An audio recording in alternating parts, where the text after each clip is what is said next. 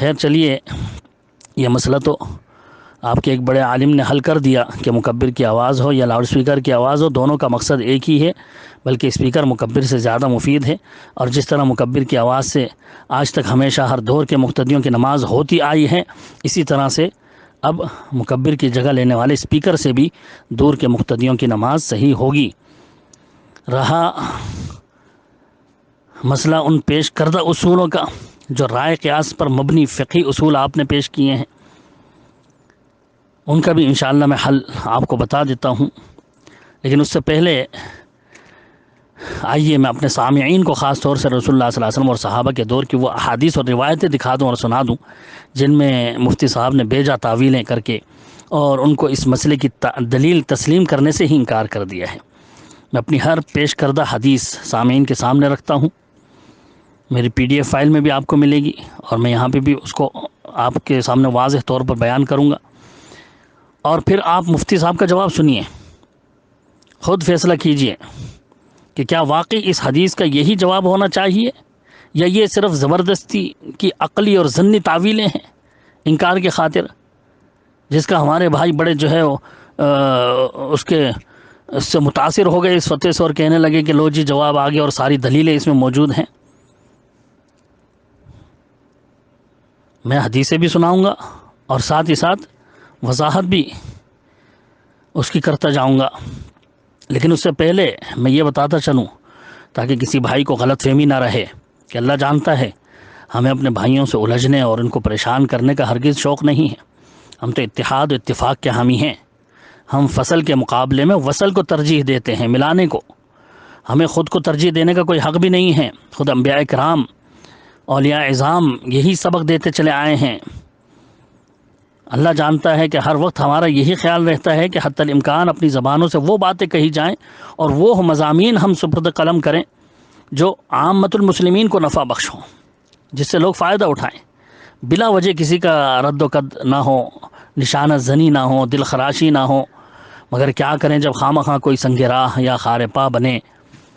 زبردستی کی مخالفت کوئی کرے تو لامحالہ اس کا ازالہ کرنا پڑتا ہے۔ حق بات کو واضح کرنا یہ ہم ضروری سمجھتے ہیں، اگر حق گوئی سے کسی کی دل شکنی ہوتی ہو تو 100 بار ہو۔ اللہ تعالیٰ کے فضل و کرم سے ہم حق کے چھپانے کے عادی نہیں ہیں، ہمارا کام حق کو چھپانا نہیں ہے، ہم بیجا دل خراش بھی نہیں ہیں، حق گو ہیں، جگر سوز نہیں ہیں۔ سچائی کی بات اور حق کی آواز سن کر کسی کی پیشانی پر شکنے پڑ جائیں تو ہم کسی کے خلاف شرع جذبات کی رعایت اور مروت کی خاطر اپنے صحیح اور صداقت بھری آواز کو بند نہیں کر سکتے۔ کلمہ حق اگر کسی کی طبع نازک پر گرا گزرتا ہے تو یہ دل شکنی نہیں، اگر سچی بات کا کہنا اور اعلی کلمۃ الحق کی آواز نکالنا دل شکنی ہے تو پھر کسی ظالم جور و ستم، ظلم اور تعدی اور طغیانی اور عدوان اور سرکشی اور نااتفاقی اور بے اعتدالی کے خلاف کوئی آواز ہی کسی زبان سے نہ نکلتی، بلکہ غلط کاروں اور باطل پرستوں کو یوں ہی آزاد چھوڑ دیا جاتا اور گمراہیاں پھیلتی چلی جاتی۔ حالانکہ ہر باطل کے خلاف بلا خوف لومۃ لائم، یعنی کسی بھی ملامت اور اختلاف کے کرنے والے سے ڈرے بغیر صدائے حق کو بلند کرنا یہ انبیائی شیوا تھا۔ جی ہاں، عوام اور خواص بھی سمجھ لیں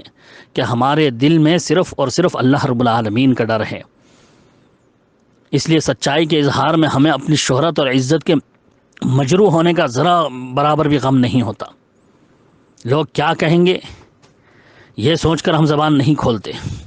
کہ ہماری تقریر سن کر یا ہماری تحریر کو پڑھ کر کے لوگ کیا کہیں گے۔ ہمیں عوام کی ستائش اور تحسین کی یا دنیا داروں کی خوشنودی کی کوئی پرواہ نہیں ہے۔ ہم بولتے اور لکھتے وقت صرف یہ سوچتے ہیں کہ سچائی کا تقاضا اور حق کا مطالبہ کیا ہے اور اللہ رب العالمین کے خوشنودی کس میں ہے۔ اعلان حق کی زد کسی پر بھی پڑے، اللہ تعالیٰ کی مدد سے ہم گھبراتے نہیں ہیں۔ ہم نے حق کا یہ راستہ اس لیے نہیں چنا ہے کہ جب تک پھولوں کی سیجوں میں اور اس کی نرمیوں اور راحت آفرینیاں ہمیں ملتی رہیں ہم اس کا ساتھ دیے جائیں گے، اور کانٹوں کی نوکیں اور تلواروں کی دھاریں اور مصائب کے انبار نمودار ہوں گے تو ہم حق سے کترا جائیں گے؟ ہرگز نہیں۔ ہم تو انشاءاللہ آسودہ حالی اور تنگی و ترشی دونوں حالتوں میں حق کا ساتھ دیں گے۔ ہم خود مٹ جائیں گے، مگر جہاں تک ہماری طاقت ہے حق کو ہم مٹنے نہیں دیں گے۔ ہم اپنی رسوائی اور بدنامی کو گوارا کر لیں گے، لیکن حق کی رسوائی اور فرامین اور اعمال رسول صلی اللہ علیہ وسلم کی توہین کسی صورت میں برداشت نہیں کریں گے۔ اللہ وہ دن نہ لائے کہ اس کے خوف پر دوسروں کا ڈر غالب آ جائے۔ گو ہم کچھ نہیں ہیں مگر یہ ہمارا عقیدہ ضرور ہے کہ باطل کی ہزار وہاں شعلہ بیانیوں پر صداقت کی ایک تتلاتی ہوئی زبان اور سچائی کی بیٹھی ہوئی آواز بھی بھاری ہوتی ہے۔ اسی جذبہ حق نے ہمیں اعلان حق کے لیے ابھارا ہے۔ تو آئیے دیکھیں اور فیصلہ کریں جو احادیث میں نے پیش کی تھیں وہ اس مسئلے کی دلیل ہیں یا نہیں ہیں۔ سب سے پہلی حدیث جو میں نے پیش کی تھی وہ مصنف عبدالرزاق کی حدیث نمبر 5455 عن صالح بن ابراہیم انہ رأى انس بن مالک صلی الجمعة فی دار حمید بن عبد الرحمن بصلاة الامام بینہما طریق، اور دوسری روایت مصنف عبدالرزاق ہی کی 4887 عن صالح بن ابراہیم انہ رأى انس بن مالک صلی الجمعة فی دار حمید بن عبد الرحمن بصلاة الولید بن عبد الملک وبینہما طریق، یعنی صالح بن ابراہیم کہتے ہیں کہ انہوں نے حضرت انس بن مالک رضی اللہ عنہ، مشہور اور جلیل القدر صحابی، رسول اللہ صلی اللہ علیہ وسلم کے خاص خادم، ان کو دیکھا کہ حضرت حمید بن عبد الرحمن بن عوف کے گھروں میں مسجد کے امام یعنی خلیفہ وقت ولید بن عبد الملک کے ساتھ نماز پڑھتے ہوئے دیکھا، اور مسجد اور حمید کے گھر کے درمیان جو تھے باقاعدہ راستہ اور سڑک وغیرہ تھے۔ ان حدیث میں بیت گھر کے بجائے جو ہے دار کا لفظ ہے، فی دار حمید ابن عبد الرحمن۔ دار جو ہے یہ محلے یا کئی گھروں کے مجموعہ کو بھی کہا جاتا ہے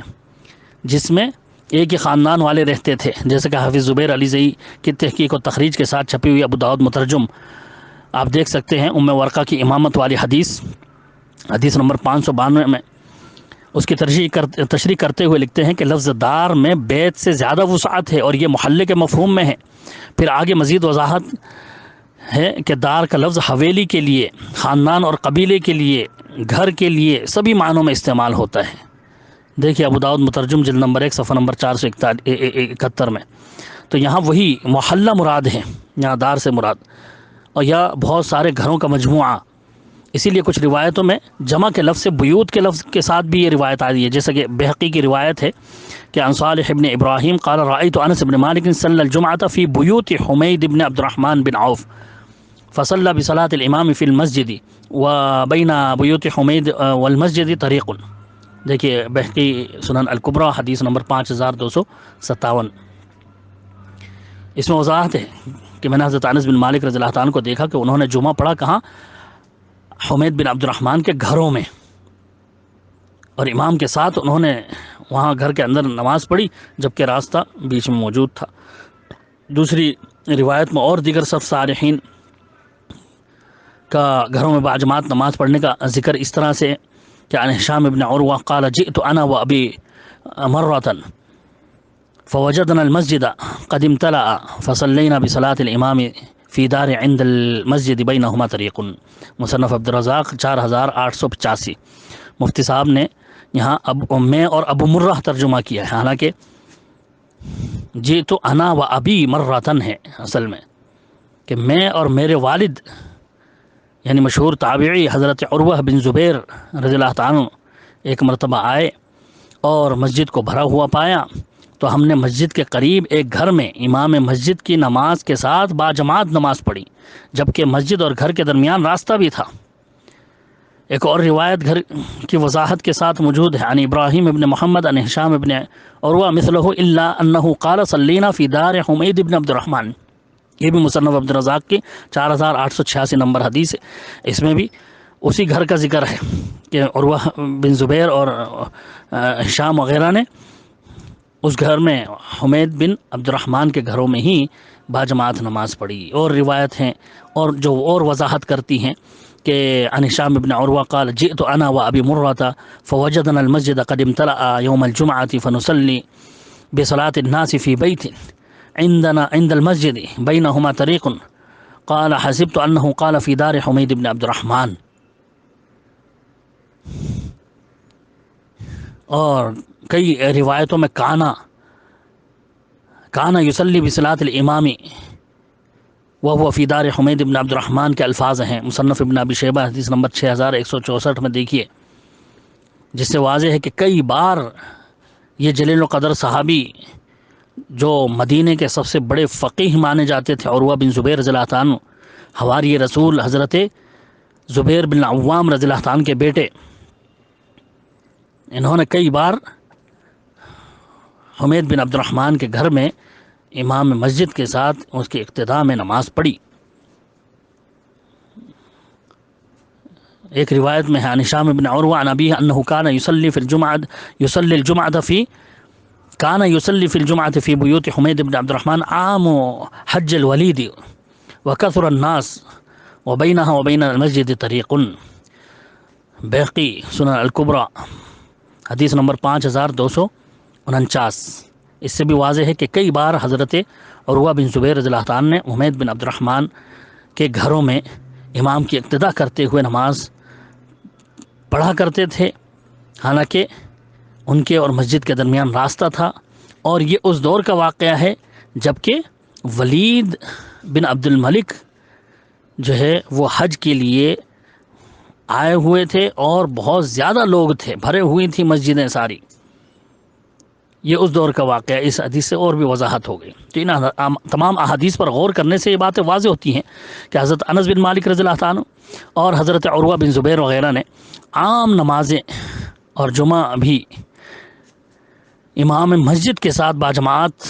مسجد سے باہر حمید بن عبد الرحمن کے گھروں یا محلے میں کئی بار پڑی تھی۔ اور آخر حدیث سے تو یہ بھی واضح ہے کہ جس سال خلیفہ ولید بن عبد الملک نے حج کیا، لوگ بہت زیادہ تھے، یعنی ولید بن عبد الملک کے دور خلافت کا یہ واقعہ ہے، اور ولید بن عبد الملک کی جو خلافت تھی وہ شوال 86 ہجری سے شروع ہوتی ہے اور جمادی الآخر 96 ہجری تک 10 سال تک ان کی خلافت رہی تھی، جبکہ مسجد نبوی غور کریں اس وقت تک کئی بار وسیع اور بڑی کر دی گئی تھی، اور مسجد اور حمید کے گھر کے درمیان باقاعدہ ایک راستہ بھی تھا، اور اس دور میں کئی صحابہ موجود تھے اور کسی بھی صحابی نے اس پر انکار اور اعتراض نہیں کیا، گویا اس پر صحابہ اور تابعین کا اجماع سکوتی ہے۔ لیکن یہ آج کے مفتی صاحب اس کو دلیل ماننے سے انکار کرتے ہیں۔ ان روایتوں پر یعنی صحابی رسول حضرت انس بن مالک اور عروہ بن زبیر رضی اللہ عنہ کے عمل پر مفتی صاحب کیا لکھ رہے ہیں اپنے فتوے میں کہ حدیث کا مضمون خود بتا رہا ہے کہ مسجد اور گھر کے درمیان اتنا چھوٹا راستہ تھا کہ امام کی آواز ان کو بخوبی آ رہی تھی، کیونکہ فصلینا بساعت الامام، ہم نے امام کی نماز کے ساتھ نماز پڑھی، اس بات پر دال ہے کہ امام کی آواز ان کو بلا واسطہ بخوبی آ رہی تھی، کسی مکبر وغیرہ کی ضرورت نہ تھی، اور یہی اس پر دال ہے کہ راستہ چوڑا نہ تھا جو امام کی آواز ان تک آنے سے مانع ہوتا۔ اللہ اکبر۔ سامعین خود غور فرمائیں کتنی واضح دلیل ہے، اور اس کو کس طرح سے صرف عقلی اور ظنی گمانی باتوں سے رد کر رہے ہیں۔ میں پوچھتا ہوں اس کی کیا دلیل ہے کہ ان کو براہ راست بغیر مکبر کے سیدھی امام کی آواز ان تک پہنچ رہی تھی؟ کیا کسی روایت میں اس کی وضاحت ہے؟ اگر ہے تو دکھائیں۔ کیا یہ کہنا کہ ہم نے امام کے ساتھ نماز پڑھی تھی یہ اس چیز کی دلیل ہے کہ براہ راست امام کی آواز سن رہے تھے، مکبر کی نہیں؟ کیا کسی مکبر کی آواز کے ساتھ کسی جماعت میں شامل نماز پڑھنے والا شخص کبھی یہ کہے گا کہ میں نے امام کے ساتھ نہیں بلکہ مکبر کے ساتھ نماز پڑھی ہے؟ ہر کوئی جانتا ہے کہ ایسے موقع پر یہی کہا جاتا ہے کہ ہم نے جماعت کے ساتھ نماز پڑھی، ہم نے امام کے ساتھ نماز پڑھی، بھلے اس نے مکبر کی آواز سن کر ہی نماز پڑھی تھی۔ آج اگر مسجد میں ہی کوئی لاؤڈ اسپیکر کی آواز پر امام کی اقتداء کرے تو کیا یہ کہے گا کہ میں نے لاؤڈ اسپیکر کے ساتھ نماز پڑھی ہے، امام کے ساتھ نماز نہیں پڑھی؟ یقیناً ہر کوئی یہی کہے گا کہ میں نے امام کے ساتھ نماز پڑھی ہے، بھلے اس نے آواز امام کی لاؤڈ اسپیکر پہ سنی تھی۔ یہ مفتی صاحب کا عجیب استدلال ہے جس کو کسی بھی طرح کوئی عقل تسلیم ہی نہیں کر سکتی۔ بلکہ آئیے میں دلائل کے ساتھ اور عقل میں سمجھ میں آ جانے والے طریقے سے آپ کو سمجھا دیتا ہوں کہ انہوں نے مکبر کی آواز سے ہی جماعت اور امام کے ساتھ نماز پڑھی تھی۔ بہت بڑے مشہور مورخ جنہوں نے مدینے کی تاریخ لکھی تھی، علامہ نور الدین ابو الحسن علی بن عبداللہ بن احمد السمہودی رحمۃ اللہ علیہ، اپنے زمانے کے امام، مدینے کے مفتی اعظم تھے، بہت بڑے معتبر محدث اور مورخ مانے جاتے تھے، 850 ہجری کے محدث ہیں یہ، 911 ہجری میں ان کا انتقال ہوا تھا۔ بڑی بڑی ضخیم کتابوں کے مصنف ہیں، جن میں سے ایک مشہور ان کی مدینے کی تاریخ پر انہوں نے کتاب لکھی تھی جس کا نام تھا وفاء الوفا باخبار دار المصطفیٰ۔ آج بھی یہ بڑی معتبر کتاب تاریخ کی مانی جاتی ہے۔ تو انہوں نے اپنی اس کتاب میں مسجد نبوی کی تعمیر کی شروع سے آخر تک کی پوری تفصیل بیان کی ہے، دیکھیں اس پر غور کریں۔ انہوں نے جو ہے اپنی اس کتاب میں یہ لکھا ہے کہ اس سب سے پہلی جو تعمیر ہوئی مسجد نبوی کی، اس کی لمبائی اور چوڑائی 100 ہاتھ، یعنی کم از کم 150 فٹ چاروں طرف سے تھی، جس کا کل مربع یا سائز آپ لگائیں تو 22,500 مربع فٹ بیٹھتا ہے، یا 2090 مربع میٹر بیٹھتا ہے۔ دیکھیے علامہ سمہودی نے اپنی وفاء الوفا ابی اخبار دار المصطفیٰ جلد نمبر 1 صفحہ نمبر 261 میں مسجد نبوی کی ابتدائی تعمیر کے واقعات بیان کرتے ہوئے لکھا ہے، عربی عبارت میں نے اپنے کتاب میں دے دی ہے، اس میں دیکھی جا سکتی ہے۔ میں زیادہ تر کیونکہ وقت کی بہت کمی ہے اور مضمون بڑا لمبا ہے، اس وجہ سے عربی عبارتیں میں بہت کم پڑھوں گا آپ کے سامنے، اور ان کا ترجمہ اور مفہوم آپ کو بتاتا جاؤں گا۔ تو انہوں نے لکھا کہ اگر دوسری کم والی روایت کا اعتبار کریں تو 4 روایتیں اس تعلق سے ملتی ہیں۔ ایک یہ ہے کہ 100 ہاتھ لمبائی اور 100 ہاتھ چوڑائی، اور دوسری جو ہے اس سے تھوڑا کم، اور اگر دونوں میں تطبیق دی جائے تو غالباً یہ دوسری روایت مسجد کے صحن چھوڑ کر ہوگا اور پہلی 100 ہاتھ والی صحن ملا کر ہوگی۔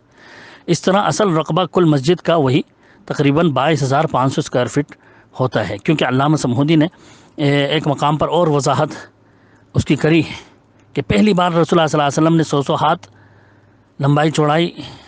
اس کی رکھی تھی مسجد کی، پھر دوسری بار جب خیبر سے آنے کے بعد آپ نے اس کو تعمیر کرائی تو اس کے بالکل ڈبل اس کو کر دیا تھا۔ اور اگر ہم نیٹ پر سرچ کریں العربیہ.net کے مطابق، خود رسول اللہ صلی اللہ علیہ وسلم نے بعد میں 1425 مربع میٹر کا اضافہ کیا تھا، جس کے بعد مسجد نبوی 2,500 مربع میٹر بڑی ہو گئی تھی، اور حضرت عمر بن خطاب رضی اللہ تعالیٰ نے 17 ہجری کو 1100 مربع میٹر کا اضافہ کیا تو مسجد 3,600 مربع میٹر کی ہو گئی۔ پھر تیسرے خلیفہ حضرت عثمان غنی رضی اللہ تعالیٰ نے 29 ہجری میں 496 مربع میٹر کا اضافہ کیا تو مسجد نبوی اس وقت 4,096 مربع میٹر،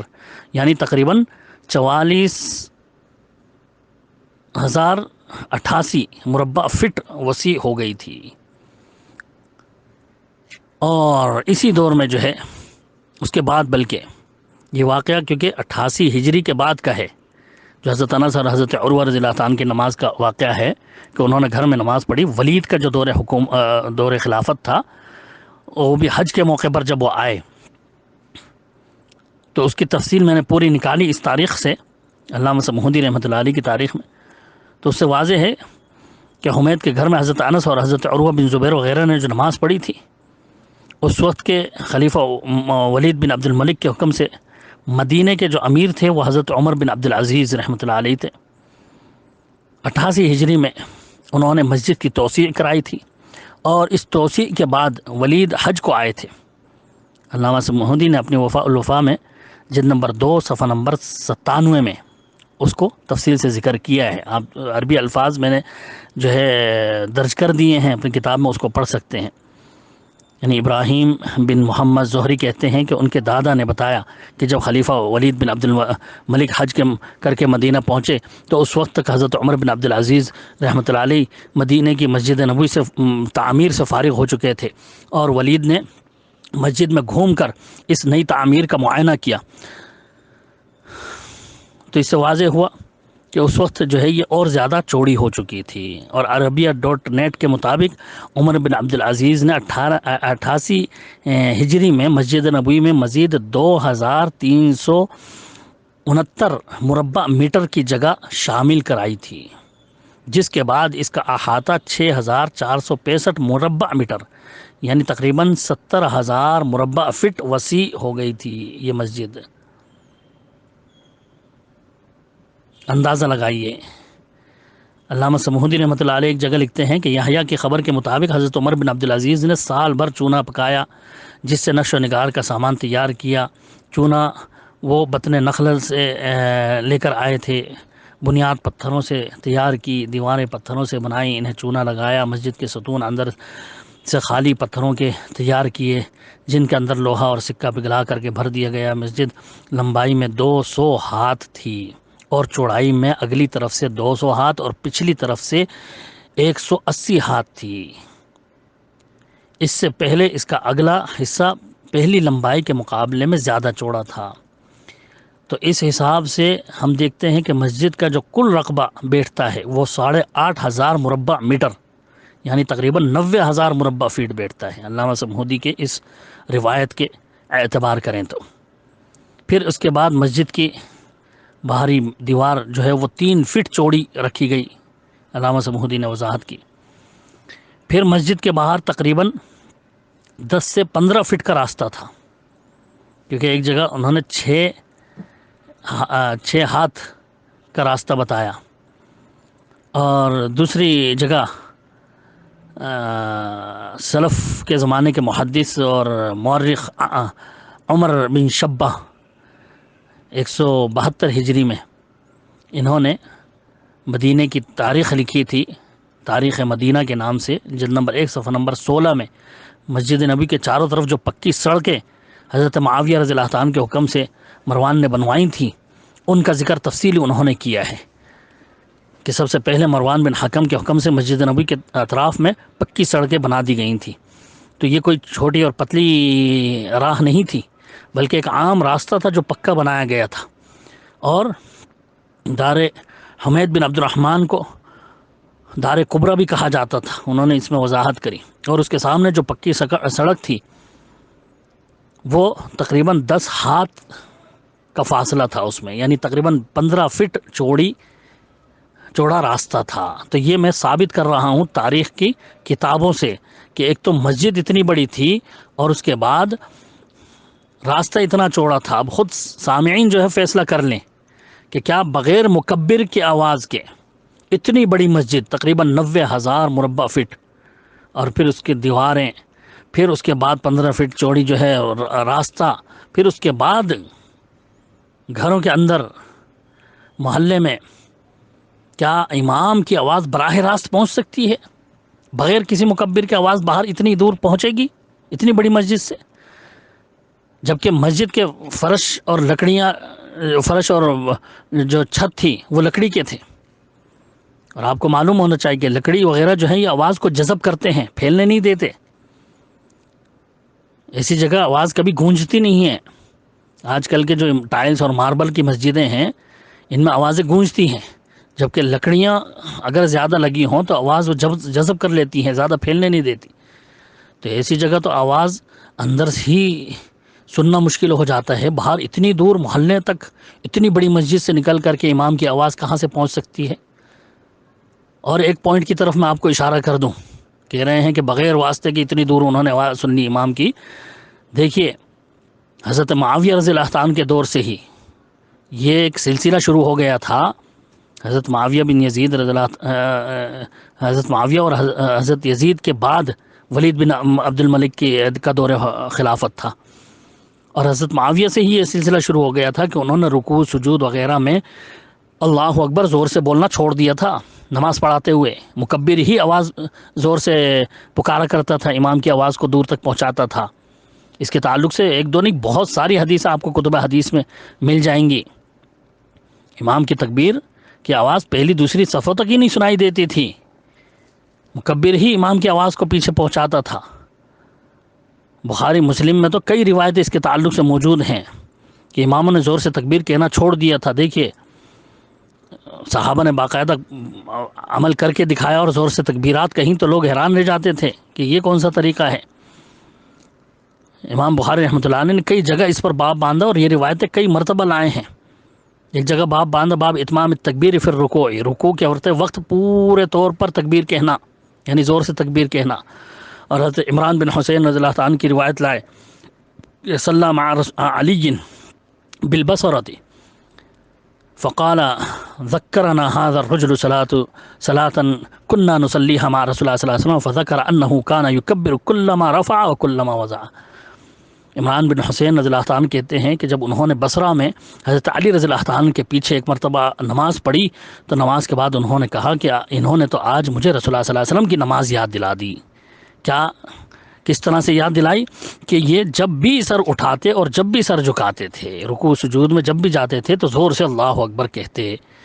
تو انہوں نے تو مجھے اللہ کے رسول کی نماز یاد دلا دی، زور سے اللہ اکبر کہہ رہے ہیں ہر اس پر۔ دوسری حدیث لائے آگے امام بخاری 785 نمبر حدیث، ان ابی ہریرہ انہ کان یصلی بہم فیکبر کلما خفض ورفع فاذا انصرف قال انی لاشبہکم بصلاة برسول اللہ صلی اللہ علیہ وسلم۔ ابو سلمہ کہتے ہیں کہ ابو ہریرہ رضی اللہ تعالیٰ نے لوگوں کو نماز پڑھائی اور ہر جھکتے ہوئے اور سر اٹھاتے ہوئے زور سے تکبیر کہتے تھے۔ پھر جب فارغ ہوئے تو کہا کہ میں نے اللہ کے رسول صلی اللہ علیہ وسلم کی جیسی نماز، ان کے مشابہ نماز تمہیں پڑھائی ہے۔ اسی طرح باب مانتے ہیں باب اتمام التکبیر فی السجود، سجدے میں جاتے ہوئے بھی پورے طور پر تکبیر کہنا۔ پھر وہی حضرت عمران بن حسین والی روایت تھوڑے سے الفاظ کے زیادتی کے ساتھ، اور حضرت اکرمہ کی روایت لائے اس کے بعد 787 نمبر حدیث میں کہ ان اکرمہ قال رأیت رجلا عند المقام یکبر فی کل خفض ورفع واذا قام واذا رفع فاخبرت ابن عباس قال اولیس تلک صلاۃ النبی صلی اللہ علیہ وسلم۔ مشہور تابعی اکرمہ کہتے ہیں کہ میں نے ایک شخص کو دیکھا مقام ابراہیم کے پاس نماز پڑھا رہے ہیں اور ہر جھکنے اور ہر اٹھتے وقت زور سے تکبیر کہتے ہیں، اس طرح کھڑے ہوتے وقت تکبیر کہتے ہیں اور بیٹھتے وقت بھی تکبیر کہتے ہیں۔ میں نے حضرت عبداللہ بن عباس رضی اللہ تعالیٰ عنہ کو کہا، انہوں نے کہا ارے بھائی کیا یہ رسول اللہ صلی اللہ علیہ وسلم کی جیسی نماز نہیں پڑھا رہے؟ یعنی یہی تو رسول اللہ صلی اللہ علیہ وسلم کی نماز تھی۔ آگے پھر باب التکبیر اذا قام من السجود، سجدے سے اٹھتے ہوئے بھی زور سے تکبیر کہنا چاہیے۔ پھر وہی حضرت اکرمہ کی روایت لائے اور اس میں الفاظ ہیں کہ صلیت خلف شیخ بمکہ فکبر 22 تکبیرۃ فقلت لابن عباس انہ احمق فقال ثقلتک امک سنت ابی القاسم صلی اللہ علیہ وسلم۔ حضرت اکرمہ کہتے ہیں کہ میں نے ایک بزرگ کے پیچھے مکے میں ظہر کی نماز پڑھی تو انہوں نے نماز میں 22 تکبیریں کہیں، یعنی ہر جھکتے اور ہر اٹھتے وقت زور سے تکبیر کہتے تھے۔ تو میں نے حضرت عبداللہ بن عباس سے کہا کہ بھئی یہ بوڑھے شخص یہ تو بالکل کم عقل لگتے ہیں، ہر تکبیر ہر جھکتے اور اٹھتے وقت تکبیر کہہ رہے ہیں۔ حضرت عبداللہ بن عباس نے کہا تمہاری ماں تمہیں روئے، یہ تو ابو القاسم صلی اللہ علیہ وسلم کی سنت ہے۔ اس طرح سے بہت ساری روایتیں امام مسلم بھی باب بان کر کے لائے ہیں، باب اثبات التکبیر فی کل خفض ورفع فی صلاۃ، کہ ہر اٹھتے بیٹھتے ہر اٹھتے اور کھڑے ہوتے ہوئے جو ہے تکبیر کہنا چاہیے، اور اس پر وہی حدیثیں لائے ہیں۔ حافظ ابن حجر رحمۃ اللہ علیہ فتح الباری کے اندر اس کی شرح کرتے ہوئے لکھتے ہیں کہ طبرانی میں حضرت ابو ہریرہ رضی اللہ تعالیٰ عنہ سے مروی ہے کہ جس نے سب سے پہلے تکبیرات خفض و رفع یعنی جھکنے اور اٹھتے وقت کی تکبیرات چھوڑ دی تھیں وہ حضرت معاویہ رضی اللہ تعالیٰ عنہ تھے۔ اس کے بعد یہ سلسلہ عام ہو گیا اور سارے عمرا اسی طرح نمازیں پڑھانے لگے۔ اہل علم نے اس کو اخفاء اور ترک جہر پر محمول کیا ہے، یعنی آواز سے اللہ اکبر نہیں کہا کرتے تھے، بس آہستہ سے کہہ دیا اور باقی مکبر جو ہے دیکھ لے گا پیچھے۔ صحیح بخاری کی دوسری شرح ابن بطال نے جلد نمبر 2 صفحہ نمبر 402 میں ان حدیث کی تشریح کرتے ہوئے وضاحت کری کہ هذا الاثر تدل على ان التکبیر فی کل خفض و رفع لم یکن مستعملا عندهم، یعنی ان حدیث سے یہ اس بات کی دلیل ملتی ہے کہ ان لوگوں نے ہر جھکنے اور اٹھنے کے وقت کی جہری تکبیرات کا استعمال ہی چھوڑ دیا تھا۔ اسی طرح سے مسند احمد کی ایک روایت میں ہے کہ حضرت عثمان غنی رضی اللہ تعالیٰ نے کمزوری اور بیماری کی وجہ سے زور سے تکبیرات کہنا چھوڑ دیا تھا، اور ان کو دیکھا دیکھی حضرت معاویہ نے بھی اسی طرح کیا اور آہستہ آہستہ زور سے تکبیر کہنا ہی چھوڑ دیا لوگوں نے، اماموں نے۔ تو یہ تو اس دور کا واقعہ ہے جب زور سے تکبیریں ہی نہیں کہتے تھے۔ یہ دلائل ہیں، بہت ساری حدیثیں اس تعلق سے، اور آپ کہہ رہے ہیں کہ اتنی دور اتنی بڑی مسجد کے باہر محلے میں جو ہے براہ راست بغیر کسی وسیلے کے بغیر مکبر کی آواز کے جو ہے ان کو آواز پہنچ رہی تھی۔ یہ غلط ہے آپ کا کہنا، زیادہ تفصیل کی گنجائش نہیں ہے، آپ اچھی طرح سے اس مسئلے کو جانتے ہیں۔ لیکن اس کے باوجود نہ جانے کیوں یہ ضد کہ یہ احادیث ہماری دلیل ہی نہیں بنتی ہیں،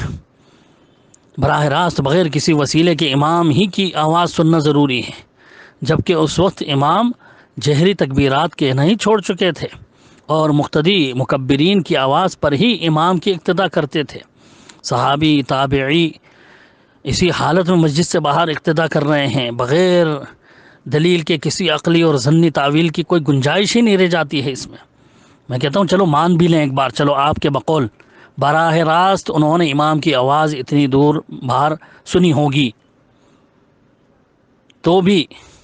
علامہ عبید اللہ الرحمن مبارک پوری رحمۃ اللہ علیہ کے مضمون سے تو واضح ہے کہ لاؤڈ سپیکر سے بھی عین امام ہی کی آواز پہنچ رہی ہے باہر، کسی اور کی نہیں۔ اور جتنی بھی روایتیں ہیں ان میں امام مسجد کے ساتھ نماز پڑھنے کا ذکر ہے، بھلے آپ کے بقول براہ راست ہی کیوں نہ ہو۔ تو آخر یہاں انکار کی وجہ کیا ہے؟ آپ کو اس زمانے میں لاؤڈ سپیکر کی دلیل کی امید ہے؟ اسپیکر میں کیا امام کے علاوہ کسی اور کی آواز ہی آ رہی ہوتی ہے، یا اسپیکر کی وجہ سے حکم بدل جاتا ہے؟ اگر حکم اسپیکر کی وجہ سے بدلا تو پھر اپنی بھی تمام مساجد سے اسپیکر کو ہٹوائیے، کیونکہ عموماً آپ کی مساجد میں مقتدی حضرات اسپیکر کی آواز سے ہی امام کی اقتدا کر رہے ہوتے ہیں، اور جو بھی